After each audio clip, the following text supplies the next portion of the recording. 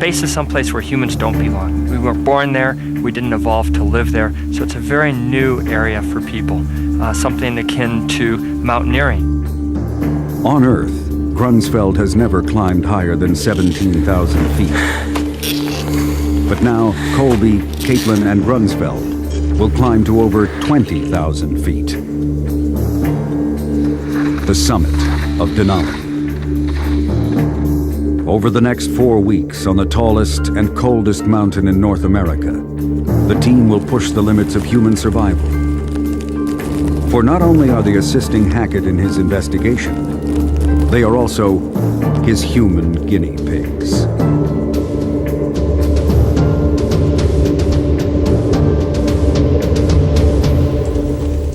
About the same size. That's how all conversations. Morning. Grunsfeld. Hey, John. how's it going? Dr. Howard Donner, a medical consultant for NASA and the U.S. military, is recruited to help monitor the team. Have you taken these at Johnson Space Center? I haven't. We've used them on a number of space shuttle missions, and I've had the pleasure of not taking one yet. Yeah. Donner provides some new technology that is crucial to the investigation. A thermometer pill. And after you swallow it, we should be able to receive your GI tract temperature, which essentially will be your core temperature. The thermopill, designed by NASA, contains a battery, heat-sensitive crystal, and transmitter that sends core body temperature readings to a handheld receiver. So I'm just pushing the receive button, trying to get a reading on that pill. And now it's coming up.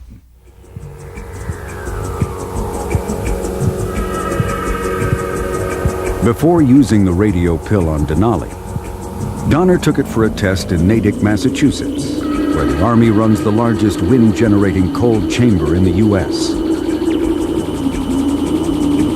Donner tries it on a human subject named Pete Athens, an elite climber known as Mr. Everest. I think it would be interesting to have Pete strip off some of his clothing to take a look at what happens to human bodies subjected to this kind of cold. So Pete, if you would. Having been in this chamber for a little while, it's definitely getting a little frozen up. The beauty of this swallowable pills are you're able to continuously monitor a climber's core temperature.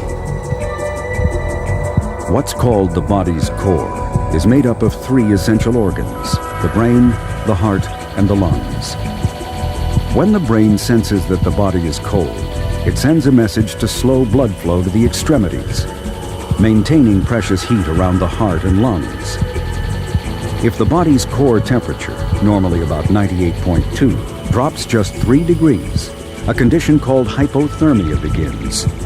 Soon, vital organs start to shut down.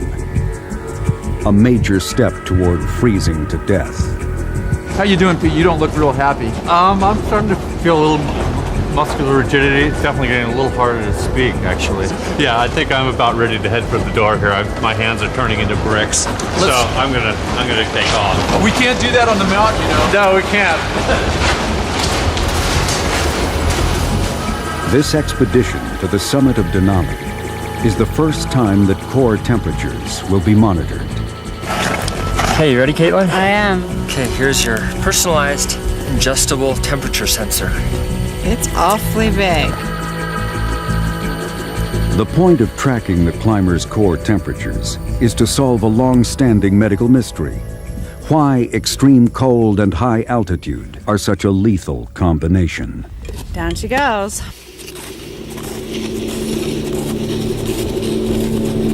In the light of the midnight sun, Hackett and the summit team, Colby, Caitlin, and Grunsfeld, start their ascent out of base camp at 7,000 feet.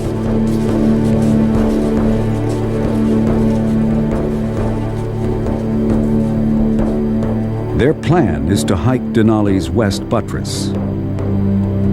They'll be stopping at camps at 11,000, 14,000, and 17,000 feet. From 17,000 high camp, they'll make their final assault on the summit. It's a total of 15.5 miles. The time it will take to reach each stage of their climb depends on their strength and speed, trail conditions, and weather. And on Denali, weather can change in an instant. Blinding snow reduces their visibility to just a few feet of icy trail. Winds can be like snowy hurricanes and within minutes bury climbers. Blizzards combined with temperatures of 70 below can actually flash freeze any exposed skin. Throughout the mountain are grim reminders of what can happen when things go wrong. More than 30 bodies of victims remain frozen on the slopes of Denali, where the climbers collapsed and died.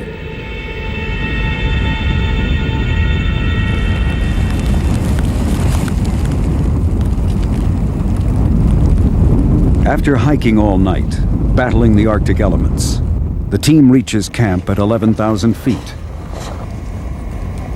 Though this is just the first stage of their climb, the expedition is facing a true survival situation. The team scrambles to escape the freezing storm. Caitlin fires up stoves to melt snow into drinking water. We make a lot of water out here. It's constant water because we need to drink tons and tons to keep healthy and acclimatized. The formula for survival in extreme cold is simple. Eat, drink, and ensure the body retains more heat than it loses. Essential is thermal clothing and shelter. These guys are just finishing up putting the anchors in, and I'm trying to keep this center pole here. This temporary shelter, with the walls of an igloo and a roof of wind-resistant nylon, will protect the team from the raging storm outside. It works really well. As you can see, we're pretty well sealed in here. We've got the entranceway, of course. That's going to give us some draft. We do need airflow since we have 6 stoves running. It's fantastic shelter. We'll really appreciate it later this afternoon.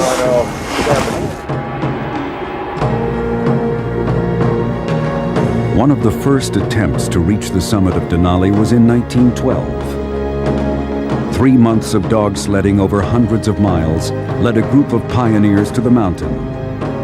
Within 300 feet of the summit, a blizzard forced their retreat.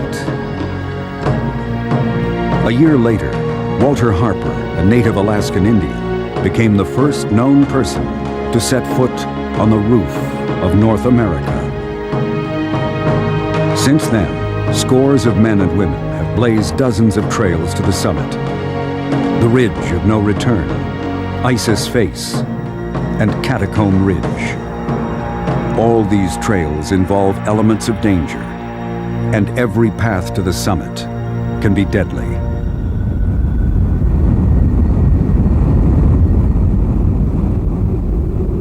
"45% of all deaths on Denali are caused by climbing falls. To avoid becoming one of those statistics, members of the climbing team practice saving themselves by using an essential climbing tool, an ice axe. In the event of a fall and someone on your rope team yells, "falling," it's got to be an instinctive, immediate reaction. Thumb under the adze, fingers over the top, other hand down near the spike. It's a technique that you need to practice every year if you spend time on snowy slopes. It's amazing how quickly you'll accelerate if you fall.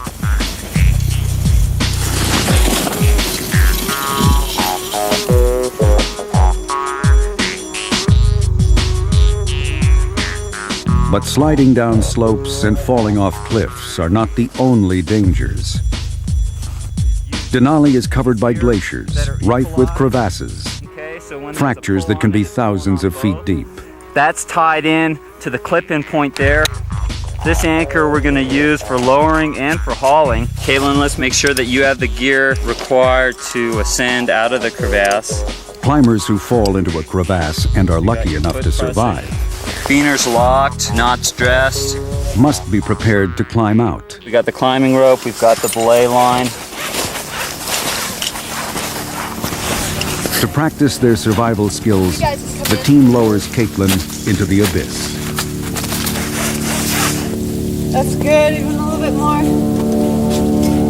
When you fall into a crevasse, it's instantly cold. you plunge into a world without much sunlight. 0! 0! And there's ice all around you. It's very chilly. And then get to the business of getting yourself out. Caitlin's core body temperature has dropped slightly below normal. So to maintain precious heat around her core organs, the muscles surrounding the blood vessels in her arms and legs will soon begin to constrict, preventing warm blood from flowing away from the core. This involuntary response is called vasoconstriction.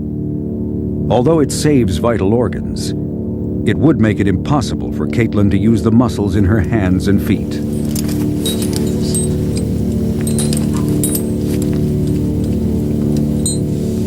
Here we go, coming up. Without an expedition team to haul them to safety, climbers who fall into crevasses can succumb to the cold within 3 hours. 1, 2, 3. Whoa, watch it. Once out of the crevasse and into the sunlight, Caitlin's core temperature goes back to normal. Excellent.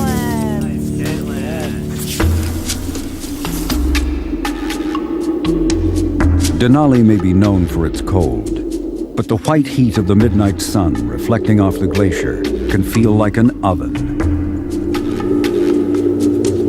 Add to that a heavy pack and a steep uphill climb, and the climber's core temperatures begin to rise.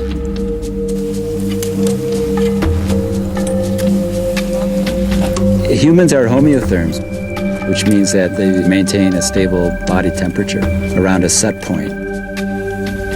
And that set point doesn't change when we come up here. And so we have to do things to maintain that core temperature, or we get very uncomfortable. Even the slightest rise in core body temperature can affect judgment, producing a lightheadedness that resembles being drunk. When climbers' core temperature rises above 101 degrees, they enter the beginning stages of hyperthermia. We've been hiking for about 4 hours. I've still got one of the thermal pills inside, somewhere. It's reading about 100 and 100.5 degrees, so it's toasty warm inside. Here on the coldest mountain on Earth, the thermo pill records that the team's core temperatures are rising. But while Caitlin's temperature rises only slightly, Grunsfeld's is heating up to what could be a dangerously high level. They can generate a lot of heat, as any athlete would, or any person who's exercising heavily, even in a cold environment. By tracking Caitlin and Grunsfeld's core body temperatures, Hackett hopes to prevent them from falling victim to Denali's lethal high-altitude cold. Slow and steady, coming around Windy Corner here. Keeping the ropes tight. Because there's lots of little cracks around here. But we're doing very well. It's a beautiful afternoon. Quite warm, in fact. Starting to get into the thin air. Just a little bit. A lot of people here. Last push before 14. The team is pushing hard to reach 14,000 feet. For Hackett, it is a return to the highest medical research lab in the United States, which he set up 18 years ago. How's it feel to be at 14 after all these years? You know, there's a familiarity, definitely, but I would never call this place home. Howard Donner arrived here 2 days ago. One thing I'm in touch with on arriving here at 14,000 feet is the tension. The mountain's spectacular, it's awesome. Right now the weather is good, but there's this underlying tension that nobody knows exactly what's going to happen. And statistically speaking, there's more than 100 people in this camp right now. Odds are 1 or 2 are going to die, and a few are going to need to be rescued. Going from 11 to 14,000 feet, the climbers are now halfway to the summit. But the higher they climb, the less oxygen there is to breathe. This lack of oxygen, called hypoxia, can produce headaches, breathlessness, and nausea, a condition known to climbers as acute mountain sickness, or AMS.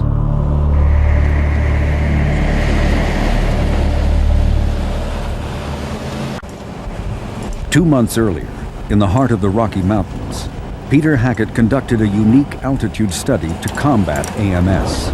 You all came up here pretty fast, and that was the idea. Volunteers from Mesa State College are traveling to 14,000 feet to spend the night at the top of Pikes Peak. Without a chance to acclimate, they're likely to feel sick. A headache usually comes first, and then a couple of you might throw up. How have you felt since you arrived? Hackett gives half the group an ancient herbal remedy called ginkgo. The other half gets a placebo. Hackett is experimenting to see if ginkgo can prevent the debilitating effects of altitude sickness. We're from sea level, so we're from San Diego. Big drastic change. And so we're gonna see how it goes. We're praying I don't get sick. At first, most of the students seem oblivious to the altitude. But at 14,000 feet, there's less than 2/3 as much oxygen as there is at sea level. As the night goes on, several of Hackett's experimental subjects begin to feel the effects of AMS. Well, Janelle just spent a pretty uncomfortable night up here at Pikes Peak. She had altitude sickness pretty early on after she arrived within 4 hours or so, but didn't really progress much. Here, let's put this mask on. At sea level, human blood is nearly 100% saturated with oxygen. Janelle's is around 80%, and the result is nausea and You'll dizziness. be feeling better here pretty quickly. Okay. Thanks for hanging in there with us. Oxygen can reverse the symptoms, but Hackett's study may lead to a way to prevent them. I'd say about a 5. 68% of the subjects who received a placebo got sick, while only 33% who took ginkgo did. Ginkgo appears to reduce the incidence of mountain sickness by more than half. Thank God for the ginkgo. I think I had it. I think I had it too. Yeah.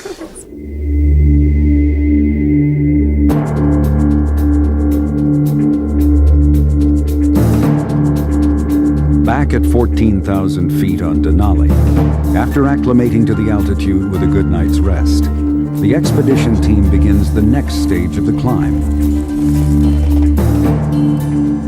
Hackett and Donner will stay at medical camp and continue to monitor Colby, Caitlin, and Grunsfeld on their long trek up to high camp. They ascend the head wall, a steep cliff gouged out by an ancient glacier.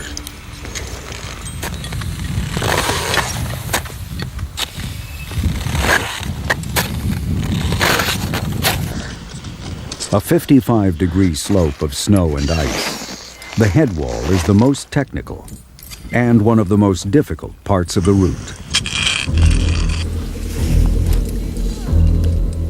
Their loads are heavy, packed with food for 10 days, in the event that they'll need to wait for good weather for a summit attempt.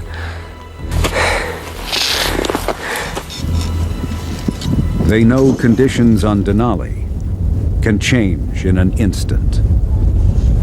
In order to get up here, we had to climb up a relatively steep head wall, probably the steepest part on the whole route. We clipped into fixed lines, just as protection, so that we could get up in case one of us fell. You have to breathe a lot to be able to talk like this.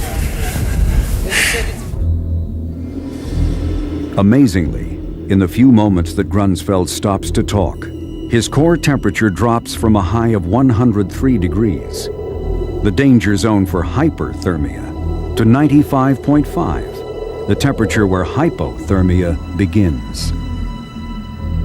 He's an engine that's revved up and producing all this heat. As soon as the engine's turned off, which basically happens when he stops, the heat production stops, but the heat loss doesn't stop. He's still in a cold environment. Heat loss continues. Core temperature plummets. Humans can survive in Denali's extreme cold for only so long. They either need to move to generate heat or find shelter. And in the Arctic climate of Denali, sometimes frozen snow is the best insulation available. Kind of just got to slither your way in.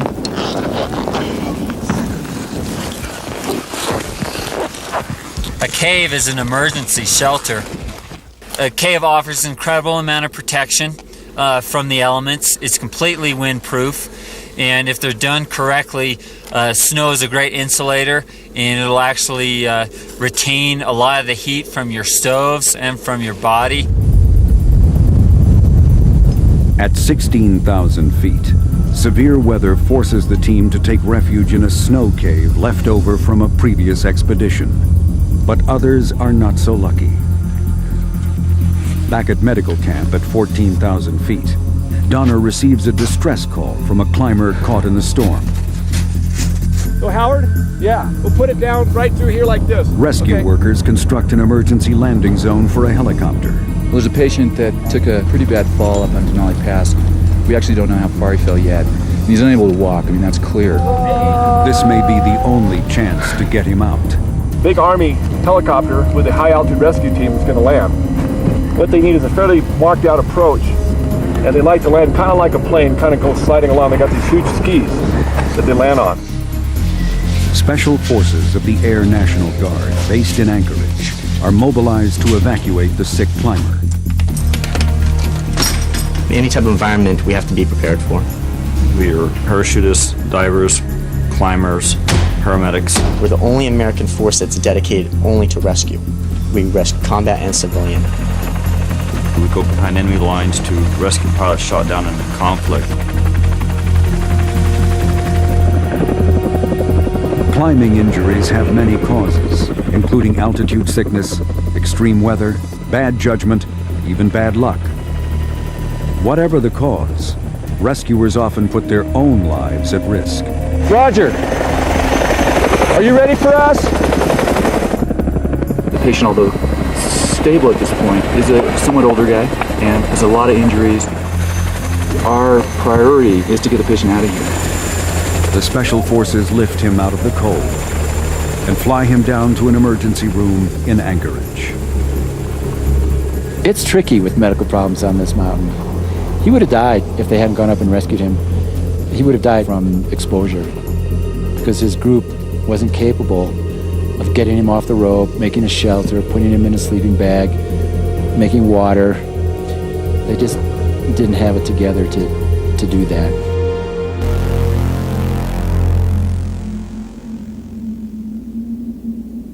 Secure in their snow cave at 16,000 feet, Caitlin and Grunsfeld are maintaining normal core temperatures as measured by the thermopill. But other climbers in the grips of summit fever foolishly push on through the storm. There are days when people shouldn't move. A lot of the frostbite is because people move on days when they really ought to be staying in their tents. All 10 fingers feel like there's a million needles going through them. Yeah, and just don't use your hands. The risk of frostbite is extremely high, and some people seem willing to accept it in order to get to the summit. Okay, can you straighten your fingers out a little bit? Every season, about 30 people will get frostbite. They pay a high price for the climb, losing fingers, toes, ears, and noses. I'm not causing any pain here, am I? This climber was lucky, but others are not. I took my gloves off, and I noticed this finger was black from about halfway down the fingertip, and this one was black a quarter of the way down the fingertip. What we're looking at here are some big blebs. The first thing the body does in response to the sensation of cold is limit blood flow into the fingers and toes and funnel it into the core organs, the heart, lungs, and brain. The cruel irony is that in order to keep the core warm and alive, the body sacrifices its frozen extremities. May have been frozen rather deeply. When the human body is exposed to a cold environment, it's wise enough to know it needs to protect its core organs.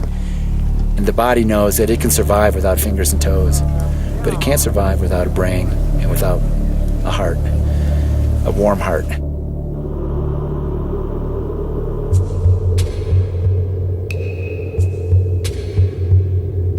By now, Denali's fast-changing weather clears, and Colby, Caitlin, and Grunsfeld resume their ascent to high camp.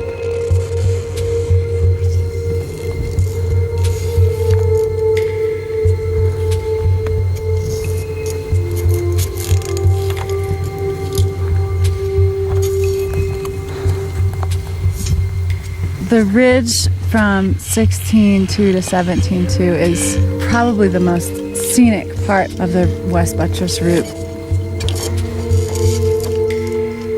We had clouds below us, beautiful weaving in between the rocks and sometimes right on top of the ridge itself. Despite the beauty, with each foot of ascent, the extreme cold and high altitude strain the climbers' bodies and minds. The objective dangers are falling to one side or the other, falling quite a distance, so that can be scary, the exposure. Oh, the view is breathless, and so am I. It took us 8 hours and we stopped for some nice long breaks. The higher the team climbs, and the colder it gets, the more crucial it is to be on guard. For anything that incapacitates them physically or causes a lapse in judgment could result in an accident or death. I'm just amazed to be up here at 17,200 camp. The air is very thin up here. We're at about half of what we have at sea level right now. A little bit of a cough, nothing too serious I don't think, and a very, very mild headache when I stop. When I'm hiking and breathing real fast, it seems to go away. So I'd say it's pretty much the telltale symptoms of acute mountain sickness. Welcome to high camp. This is the highest that astronaut John Grunsfeld has ever climbed. Even experienced climbers like Colby and Caitlin are feeling the effects of the high altitude and extreme cold. I could feel my brain in my skull on the way up here, just at the very end, but I'm actually doing well. Yeah, I rolled into camp pretty well. After an hour here, I started getting a mild headache. At 17,000 high camp, as the team acclimates to the high altitude, low oxygen, and extreme cold, the weather takes another turn for the worse. We got minus 50. Colby, Caitlin, and Grunsfeld are going to have to wait for better conditions before making the final ascent to Denali's summit. They've carried enough provisions for 10 days. Hopefully the storm will clear before the food runs out.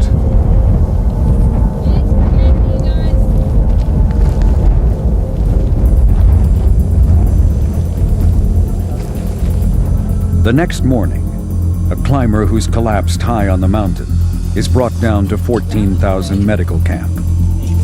Okay. Let's down. 1, 2, up. Feet first. You know, it's almost a nightmare. It's a nightmare state. It's kind of scary. And you had no energy? No energy. This is an oximeter. The fallen climber, Noel, has a blood oxygen level alarmingly low, only 60%.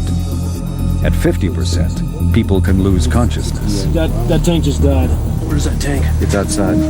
Without the help of bottled oxygen, Noel's blood oxygen saturation plummets further. Donner hurries to hook up a new tank.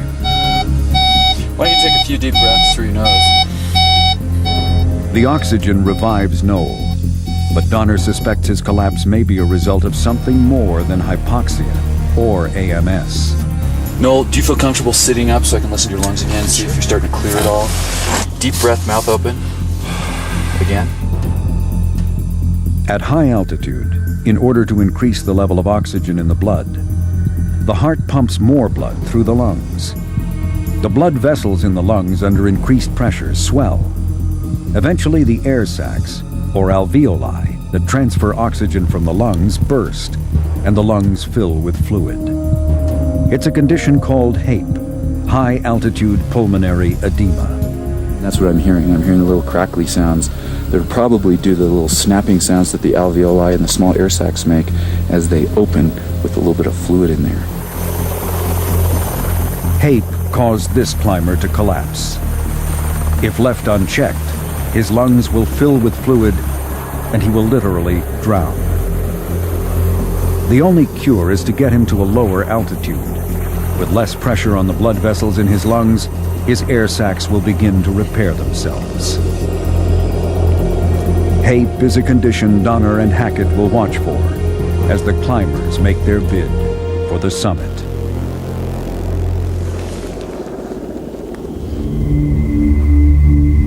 At camp at 17,000 feet, after 6 days of waiting out the storm, and with food supplies dwindling, the weather clears. If Colby, Caitlin, and Grunsfeld are going to make the last 3,000-foot ascent to the summit, it has to be now. Sun's gone down, so temperature's dropped. Wind's not too bad. We'll give it a shot. It's basically a question of whether we can move fast enough in order to stay warm. Colby leads out of high camp. It will be their most difficult night. The physical and mental condition of each climber is crucial to the survival of the team. Every step they take involves a decision, and every decision is a matter of life or death.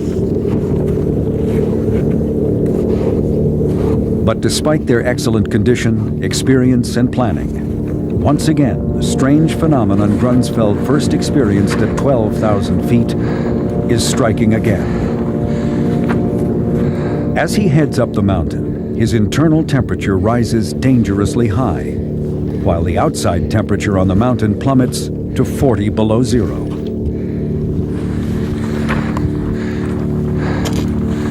The thin air, barely half the oxygen at sea level, is making it extremely difficult for Grunsfeld to breathe. Nova 14, this is Nova 17, do you copy?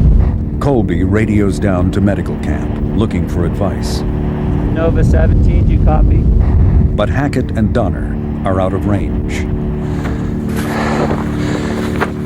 Colby decides it's too cold and dangerous to stop here. They must push on to the summit.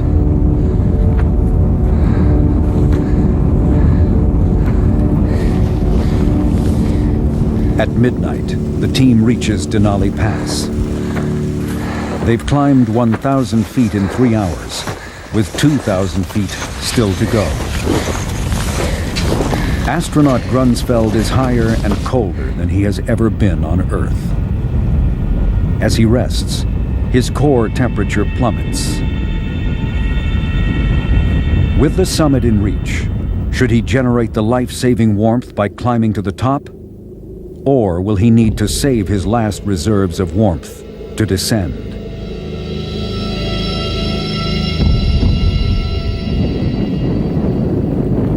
The team decides to return to high camp. We're back. It's 3 in the morning. Left at 9:30. Made it to the top of the pass. Turned around and scrambled home. Just taking off my bigger gloves to put on my warmer clothes. Got my hands so cold. It was incredible. And then my core started getting cold and I was shivering too. It was pretty windy, pretty cold, and pretty snowy on the way down. Grunsfeld's condition seems to be worsening. Can he recuperate at 17,000 feet high camp? Will the team be able to make a second attempt on the summit? Or has Grunsfeld reached the limits of his ability to survive the extreme cold and altitude?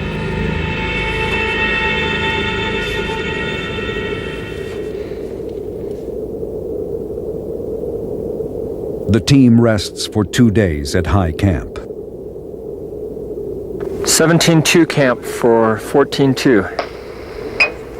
14? go ahead. Hey Howard, how you doing? John Grunsfeld here. Grunsfeld establishes radio contact with medical We're camp. trying to keep warm up here. How you sleeping, John, and how's your energy and appetite, over?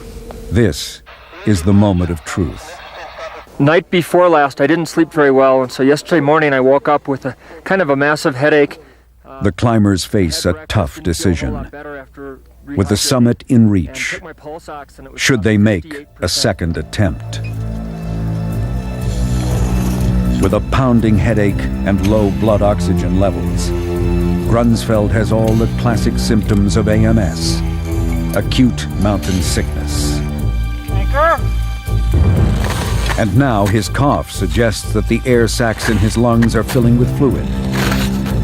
The first sign of HAPE, high-altitude pulmonary edema. Waiting around day after day can get pretty tiring.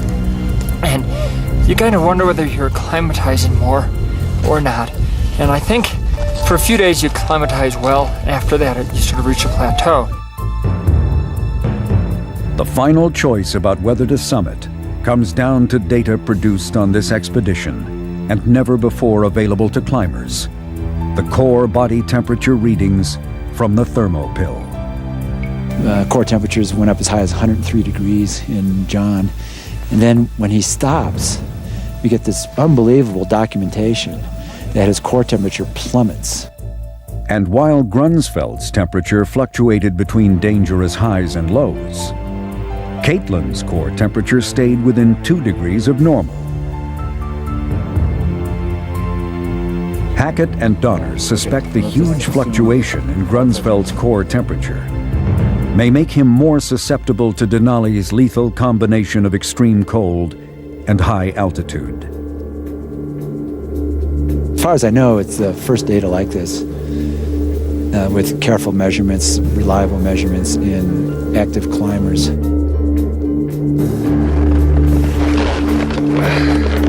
Over 3 weeks, the team has climbed 10,000 feet.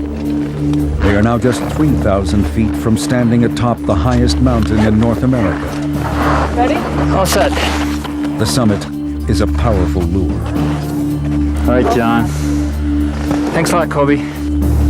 Colby remains at 17,000. And based on the data from the thermopill, Caitlin guides Grunsfeld down the mountain. 7 days is a long time to spend up at a high camp.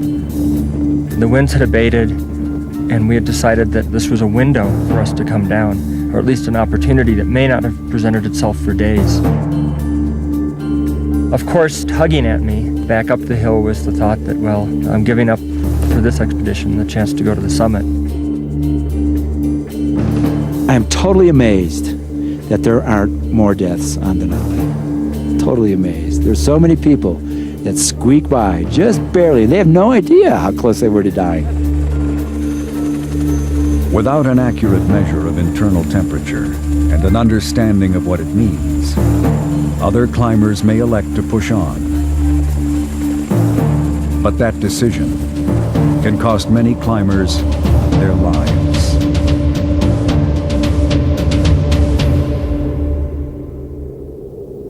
With Caitlin and Grunsfeld descending, now Colby must decide if he is strong enough to reach the summit.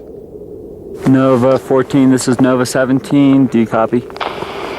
Howard Donner at 14, go ahead. Hey, it's Colby up at 17. How's it hanging down there? Colby, we've got some problems. There's a plane with the new patrol coming into 7,000, a ranger and 2 volunteers, and of course the pilot that are missing from last night. And there was some squirrely weather, and we're not very optimistic. Can you tell me the ranger, please? Colby, it was Kale. Copy that.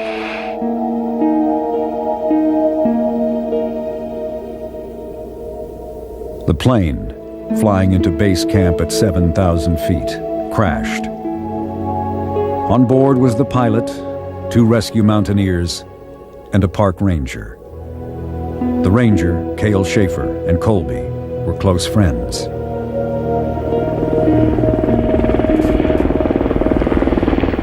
Often it is the people who volunteer to help save lives on Denali who are most at risk.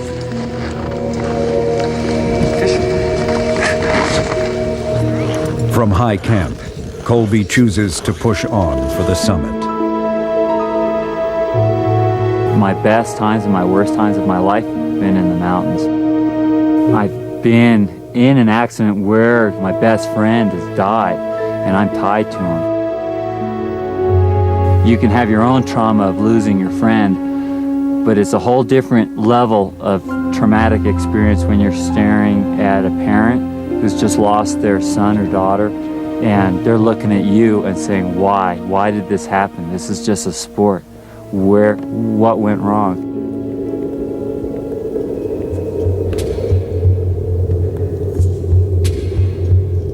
Those who seek the summit and reach the top are few. Their motivations vary. National honor, personal achievement, or just to see the view from the top of the world. Whatever their reasons, as long as climbers pit themselves against the Earth's tallest peaks, scientists will continue their search to understand the limits of human survival. Perhaps one day, they will all find what they are looking for on what may be the coldest mountain on Earth, the high one, Denali.